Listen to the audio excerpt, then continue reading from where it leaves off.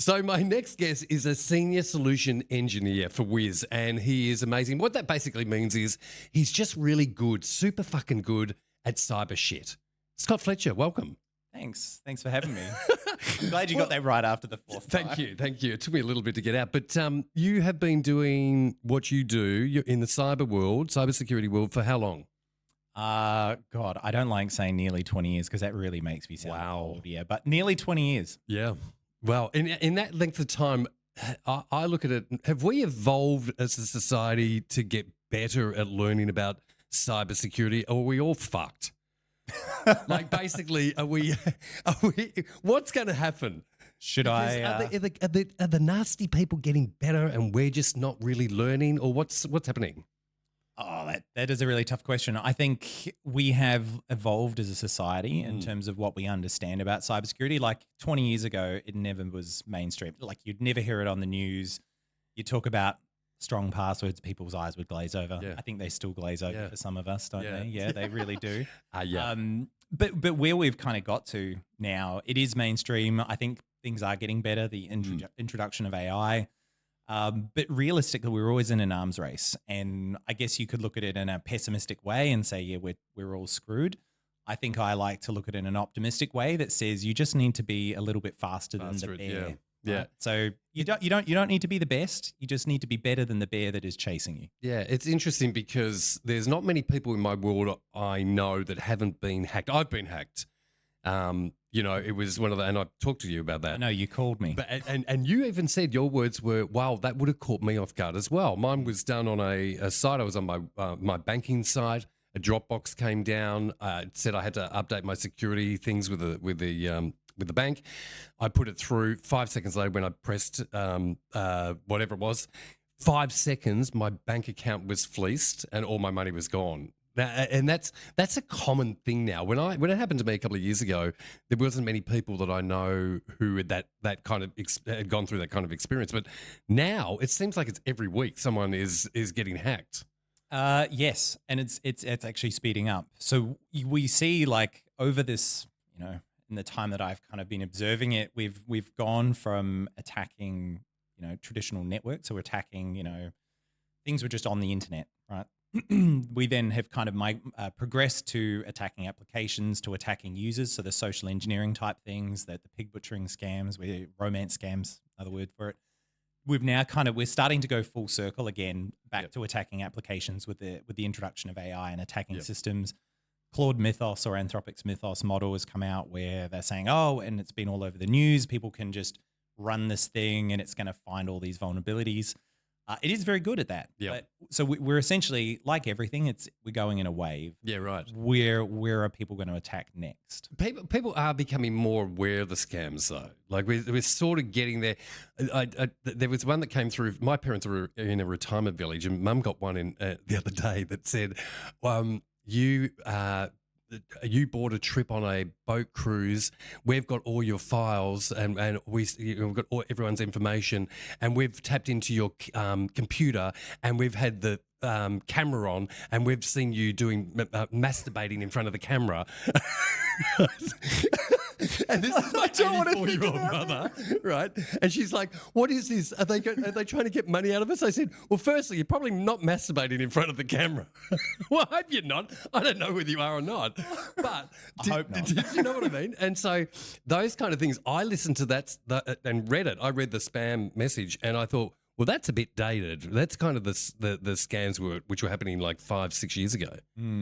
Yeah, and you still see them today. There's a range. Some of them are getting better. The ones, there's a lot more that are, even this week, there's been a whole bunch of reporting around attacking small businesses and extorting them. And it's too hard for them to defend against, and it's too hard for them to respond to. Like, they don't know where to go. They don't have budgets to go and pay cyber consultants and stuff like that.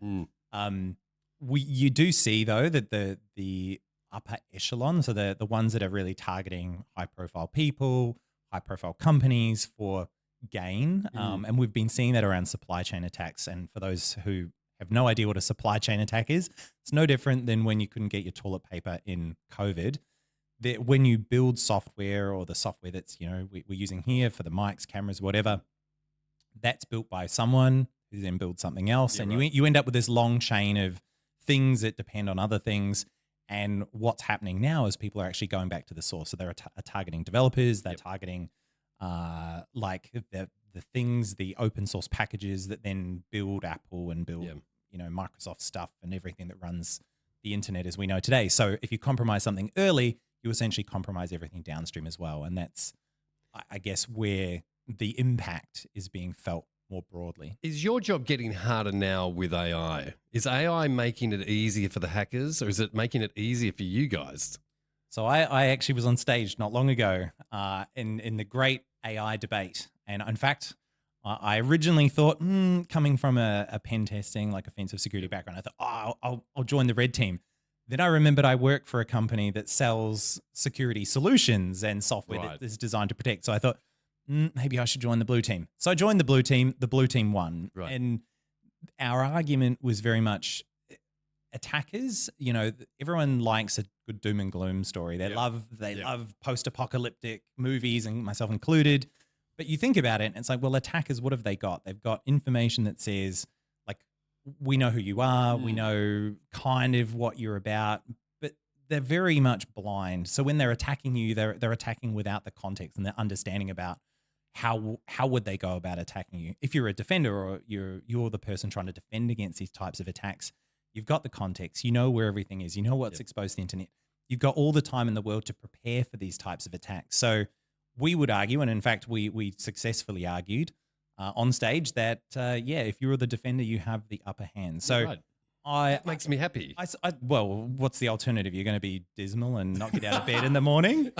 We'll just run with that. We'll run with it. We're going to be okay. You're going to be optimistic. Well, we have to be optimistic. Well, we have to be optimistic about jobs as well, because people, I mean, one of the biggest things at the moment is I think people are really nervous because they feel as though their careers that they've invested so much time and energy and resources into may not be there in the next couple of years, may be taken over by AI. And that's the reality we live in. I saw Elon Musk talking about it, and he said it is a, it's one of those things. It's we can't stop it. We just have to work with it and find other ways. Yeah, and I don't think it's going to affect everyone right across the board. If we look at the kind of industries, and I somewhat follow this, I think cyber will be somewhat protected, because even in the sense that AI might be really good at making cyber people faster and take over some of those like boring things that humans never wanted to do or shouldn't be doing in the first place. We see it right across all of the industries. So whether it be a white collar worker or a factory worker, stuff like that. There was one that, a long time ago, factory labor work, you'd have to like manually add the lids onto the end of toothpaste tubes. Well, that's an automated thing now. Yeah. I think We've evolved. We've 100% evolved, and I think if you're in one of those industries where you go, oh, I'm not really sure, I think the best thing you can do is embrace it. Yep. Even my freaking washing machine now said on the box, AI on the side, and I went, I really don't understand how or why my washing machine needs AI, and I'm still confused about exactly what it does, because every time I push the AI wash thing, put the washing in. it tells me on my watch now that every load is still 59 minutes, and I'm like, I'm unclear how a very clean or two or three things and something that's when it's fully loaded, it's still 59 minutes, but somehow AI, and I brought it because I thought, I've got to give that a go. But it's the same. We're not going to be able to avoid it. We have to work with it. We have to look. I've got parents who are saying, "Oh, I'm going to make sure my kids are plumbers and builders, because they're industries that won't necessarily be overly affected by AI." And I'm thinking, hang on a sec. China just built a freeway with robotic trucks and no manpower. Mm-hmm. We're doing it here. We're doing it here in mining. Mining in Perth, a lot of those trucks are self-driving. Yep. I think 3D printed houses will probably be a thing in the next 10, 15, 20 years, right? Which will probably be better than the place that I'm living in, which is 10 years into it, is running, falling apart. I lived in that same building when I first moved to Australia. I know. I moved out because they wanted to rip off the front of the building. Yeah, totally. Yeah. So look, it's an interesting world that we live in. I feel like you're in one of those industries that we so desperately need people like yourself. I used to say to a friend of mine, well, when I first met you, I'll explain to our audience. When I first met Scott, I was running big parties, and Scott started coming to the parties, and just by looking at him, And you never should judge a book by its cover, but just by looking at him, I thought, oh, he's obviously a bikie and a drug dealer. Like that's kind of.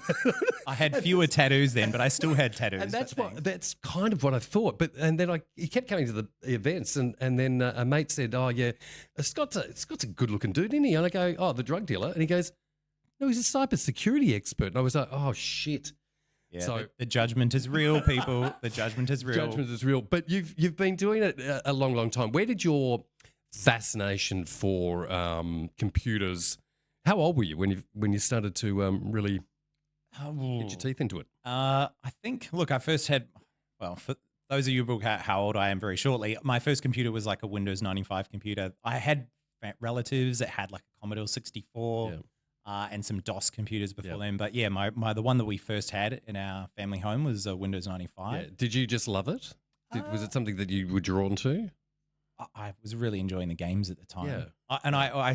I distinctly remember like inkjet printers being notoriously unreliable and having to like swap the cartridges over. Oh, I want to print in color now, so I've got to pull the front off and pull the cartridge. Yeah, like that kind of stuff blows my mind that we just don't have to do that anymore. So when you as a dream of a kid, when you had your dreams and whatever, what were you thinking about career wise? Because there was kind of two options, wasn't there? There was like kind of like you liked the robotic sort of things, and then you liked animals. That's right. Yeah. So I volunteered at the SPCA from when I was like 12. Yep. I thought, like I could be a veterinarian. Yep. Then I realized, being a veterinarian was probably I could either do something else and have lots of animals, or I could look after other people's animals. And I thought, it's probably better to just have perhaps a slightly better paying job. Yep. And then be able to have the animals that I want. Yep. So that was one. The other one, I love Johnny Five as a movie, which when I watch it now as an adult, I go, I don't know if have you seen it? I think Johnny Five Alive type thing. Yeah, the robot that gets struck by lightning. Yeah. It's like a military robot that zaps things with its lasers. I don't know. Yep. I watched it recently and thought, it was great. It was great. And I thought, I could do that. Yep. I never took up robotics. I actually was terrible at robotics at university. We did manage to make the thing follow the line, but when I look at things like Optimus, I'm like, there is no way that I was ever going to be good at that. So I left both of those ideas in the past. Yeah. You grew up in Wellington? No, I grew up in Palmerston North. Yeah. Palmy in New Zealand. Whatever you do, don't YouTube Palmerston North because you will be disappointed. It's a beautiful place, isn't it? No, very sunny and it's lots of got beaches. A square that's got some trees in it. You grew up there. Your journey was because I look at you. You're highly successful. What you do, you're very, very good, and you are very inspiring to other people. But your journey wasn't exactly easy. At the age of 15, you were thrown out of home. That's right. Yeah, December 6th, I think. It's the day. I don't remember the exact year because it feels like a really long time ago now. But grew up in a really Christian household. I wouldn't say really Christian. No? But your mother was pretty. No, it was my grandma actually. Grandma. Yeah. So she got really sick. God bless. She's no longer with us. But should I say God bless? I don't know. Feels weird. Maybe not. She'd probably appreciate it. Yeah. But she got really sick, and then about the same time, correlation and causation are two things you probably shouldn't mix up. Started going and seeing an actual doctor, real medical science, and then decided that she'd join the church at the same time. And, both problems kind of resolved themselves. And there was perhaps a bit of a mix up between what was the actual real solution there. So she was very much I would call born again Christian. Yep. But no, I wouldn't say I was really raised in a Christian household. So what was the reason why at age 15 that you were actually thrown out of home? Well, I was probably a bit of a shithead when I was a teenager. But yeah, so it got to the point, like, I don't know if anyone that ever knows Palmerston North, it's very much, Bendigo is still much higher on terms of maturity and progressiveness than Palmerston North. Haven, really, of well, I wouldn't even say it was bogan. I'd just say it was a very sheltered type place. And New Zealand back in the 90s and early 2000s was probably not as progressive as it is now. Yep. And so I realized that, I was gay and there was just no way that I could, I can't hide it. I'm wearing a Yep. freaking pink shirt. You told me not to wear white. So I thought, what's the next best thing that I could wear? It's bouncing off your skin. You look great. Yeah. So look, I was Yeah. So you eventually I told them Yep. through there's a long backstory behind that, but one way or another they found out, probably not in the best way. They kind of flipped the shit. And then that was earlier, maybe September, October. So I went through an absolute nightmare being at home for a couple of months, and it got to the point where in the end they just threw me out of the house. Yeah, it's interesting because you then, I mean, that's so impacting for any youth to go through, being just trying to come to terms with their own identity and then getting thrown out of home. Now, you left the house.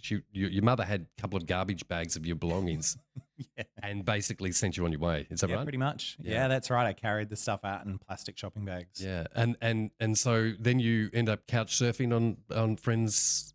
I did. Yeah, no, I was really lucky. I've got friends, parents who knew the whole situation. In fact, nobody was really surprised what had happened. And so, it wasn't really difficult for me, but I'm very grateful for those people because it could have ended it very differently. Well, it didn't stop there because your mother, who had thrown you out of the house, and then you're trying to deal with life and living and getting through. She actually then went out of her way to try and really cripple you financially. Is that right? Oh yeah, they did.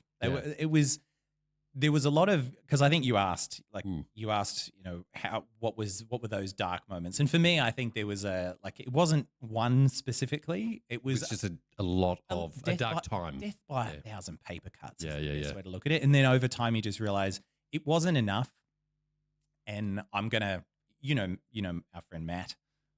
Matt would come up with a really good,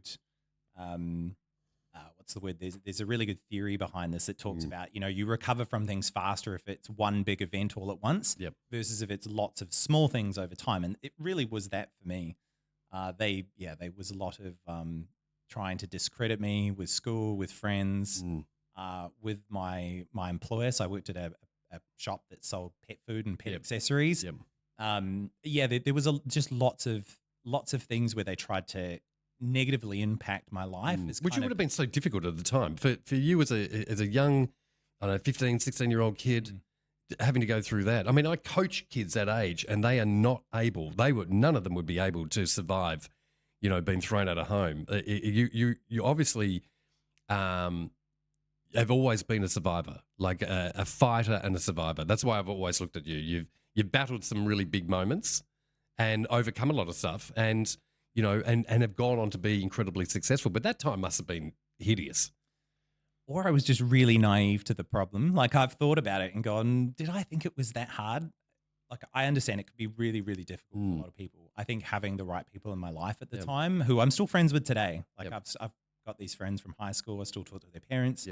Like without them, I don't think I'd be where I am. But at the time, no, you just had to get on with it, right? There's the difference between being able to say, like, there's a fallback when there is no fallback. When failure is not an option, you just have to do it, right? Like, you see people do all sorts of unnatural things when they're put in extreme situations of stress, or they you want to go climb a mountain, for example, like falling off the mountain is not it's not really an option, is it? So you make it to the top and you make it down safely. It's just that's how I approached it at the time. You then tapped into a guy. I think you said you were living with this guy who introduced you to more of the computer world, and that's when your interest really sort of kicked off. Yeah. So I lived with a guy called Neil who owned his own software company. I don't know if it still exists anymore, but I think that may have been just a universal sort of the universe directing you where it wanted you to go, because you just kind of ended up in this situation with the guy who owned a software company. I know it was a bit it was very fortuitous for sure. But it definitely inspired me to realize that you can solve real world problems with computer software. Now we have, and that's when you started learning how to code and stuff. Is that right? Yeah, correct. Yeah, so I picked it up. Yeah. I wasn't very good at it. I spent a lot of time. I remember staying up till 2 or 3 o'clock in the morning. It was the most challenging thing that I had to learn, but probably one of the most rewarding things in my life, because I've gone on, like, it was Visual Basic 6, which won't mean much to anybody that watches this, but if you look at it, you'll realize it's this like really old gray box square type stuff. Yep. But yeah, that really inspired me to become a software developer and go down that and path. then move to Australia. Like that move itself, having to let go of all the the people who had looked after you, all that kind of stuff. How hard was that transition to go, right, I'm going to chase my goals and my dreams, have to move to Australia? Was that a tough time? I realized like New Zealand was always good, and I love going back. I'm going back shortly to go snowboarding, see my friends. Like New Zealand is a wonderful place. It's a great place to raise a family. It's just really expensive and pretty fucking slow. 15 years ago. I mean, I've got lots of New Zealand friends. Pretty fucking slow. They all moved over here for a bit more action. Yeah, 100%. I used to come on holiday here all the time. I loved Melbourne. I wouldn't live in Sydney or anywhere else. Although I would live in Perth because I think Perth is a beautiful place. Yep. But New Zealand was not. It has a lot of outdoor activities, but not a lot career-wise. And I feel for big dreamers, people who want to really make a mark on whatever career they're in, they have to make that move, whether it's here, overseas, or whatever. It's too tiny. Your marketplace is too small over there, yeah? Yeah, and if you look at where we are now, like I work for a cloud security company, but before that I've worked for companies that operate in the cloud and hyperscalers and stuff like that. They just don't exist in New Zealand.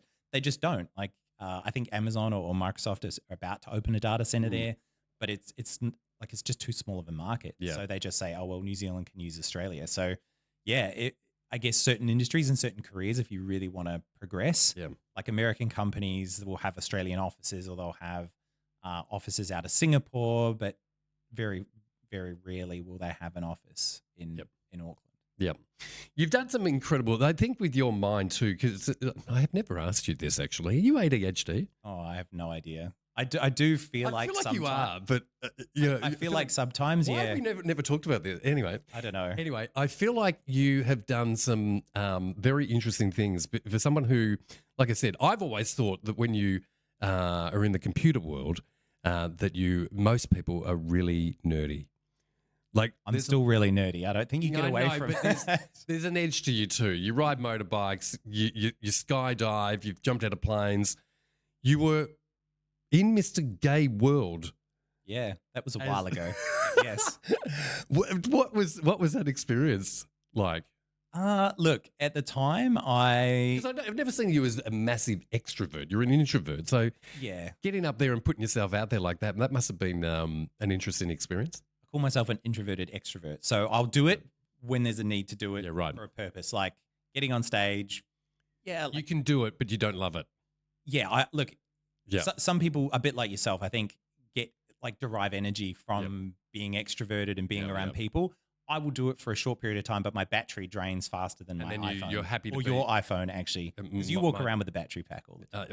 All the time. In actual fact, I've got a battery pack on all these cameras.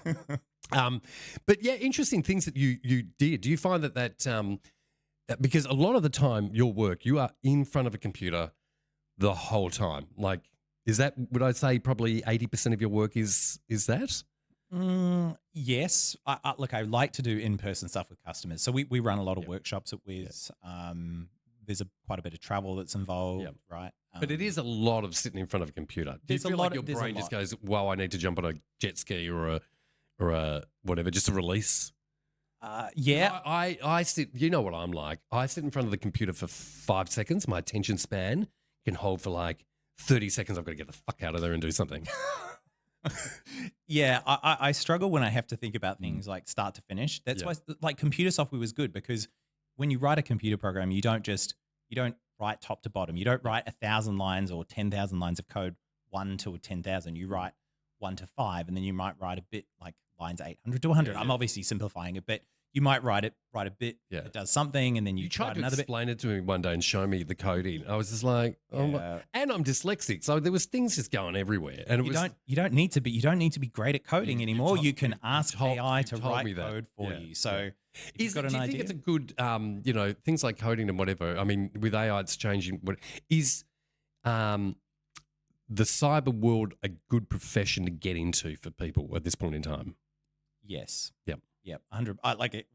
Categorically, yes. Like, it's a 100% growing all the time, isn't it? Like, there's just more and more businesses, more and more people that actually need the service. It will change. Yep. There's been a bit like everything. We go through waves in cyber, like Yep. perhaps more so than we do with other industries. Like medical science does evolve. It just evolves slowly. Although with AI, it's going to speed up. In the cyber realm, like there will always be those first foundational principles that will always endure. Like use a strong password, everybody, including you. To what's that? To authentication, multi-factor authentication. Yeah. That as well. I do that on everything now because I've been hacked too many times. Yeah, which is good, right? Yeah, slow learner. But I think what happens is always like kind of there's hype cycles and in cyber. So you'll see AI. There's like if you look out now, there's hundreds, if not thousands, of AI cyber companies that sprue AI for a whole bunch of stuff. Yep. Maybe 10% of those, if not less, will be here next year. So I guess thinking about if you're going to go into cyber, which part of cyber is going to be really, really important. And you want to both be leveraging AI, but also working out where your point of difference is rather than otherwise you're just going to end up like you don't want to be doing an analyst job as an example. SOC analyst, yes. SOC analyst that understands how to use AI, great. Would you want to be doing a job that could easily be automated or in the very near future AI could do for you? Probably not. Yeah, exactly. Do you find that time, we'll just go back to the time that you went through in New Zealand when you were 15, got thrown out of home, had to fend for yourself. Do you feel like, what's the blessing that came out of all that? Because, basically that's what we talk about. But it's in the name. It's in the name. What was the blessing that came out of that experience for you? How has it worked in your favor to be successful to where you are now? Well, I wouldn't be here today. That is number one, right? Yeah. I have done more things than I thought I would ever be able to do or that people thought I could do. I'll never forget this, right? I remember my sister saying to me one day, our parents are never going to help you because they think you're gay and you're never going to amount to anything in your life. Yeah, well, that has always stuck with me. Yeah, good on you. Yeah, I know. Great. Thanks. Wow. Thanks, Gabby. Wonderful. I don't talk to her either, so that's okay. But it's definitely she'll be watching this. Once again, that's part of the blessing, right? Yep. It forced me to realize that not everyone has your best interests at heart. Yep. Like I was definitely, and I still to this day, like the AI thing, like being optimistic about life. There's no point in why would you get up and think, oh, life's going to be terrible today? That's a one-way path. Yeah, not a fun place. Yeah, so for someone's been through such a interesting, and you broke your back at one point in time too. That's an interesting story. But all the stuff that you've been through, I've always looked at you. You've always come across as a very positive person, someone who always looks at the calf. What's the old saying? Cup half full. You're going to say calf half full? No. Maybe, who knows?